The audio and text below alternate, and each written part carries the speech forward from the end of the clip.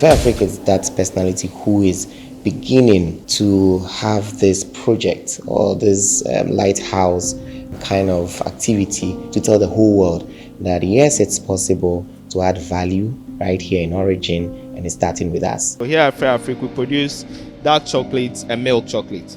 Depending on the recipe you want to run, we have your liquor, butter, sugar for dark chocolate, including milk powder for milk chocolate. Once you mix it up, it goes to a refining stage where you crush it into a very fine texture and goes for a further refining to give it a final smooth texture in your mouth. That way you're able to actually have a smooth feel of the chocolate when it's in your mouth.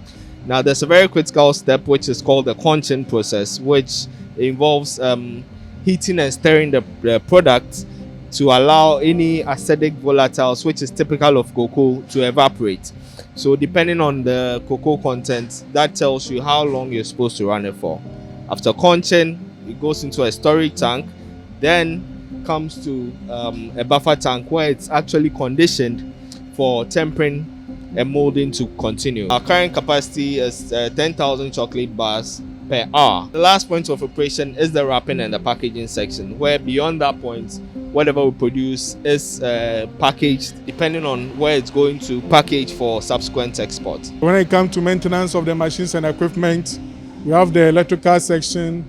We have to do it for all the electrical maintenance, preventive maintenance, and all electrical installations and interventions in the factory. We have the mechanical section too. They also deal with machine maintenance. When there's a breakdown, they call them to solve problems. They also deal in installations and projects. And we have the utilities, the water supply to the factory, air supply to the factory. We have chilled water, we have hot water. The utility engineer takes care of the utility section and makes sure that the factory is always running and effective. He's also in charge of the air conditions and the chillers. We train our employees on good manufacturing practices, and that entails how to clean your equipment, which chemical to use for your equipment, the cleaning of the floors, how products are being handled on a day-to-day activity. We are FSSC certified, so we go according to the FSSC 22,000 requirements in terms of the standards that are used to ensure food safety. Right from the farmer, these are people who are putting in a lot of energies to grow these beans, and actually sometimes, especially because we are dealing with organic, there are situations where these people produce large volumes of organic cocoa beans but do not have buyers.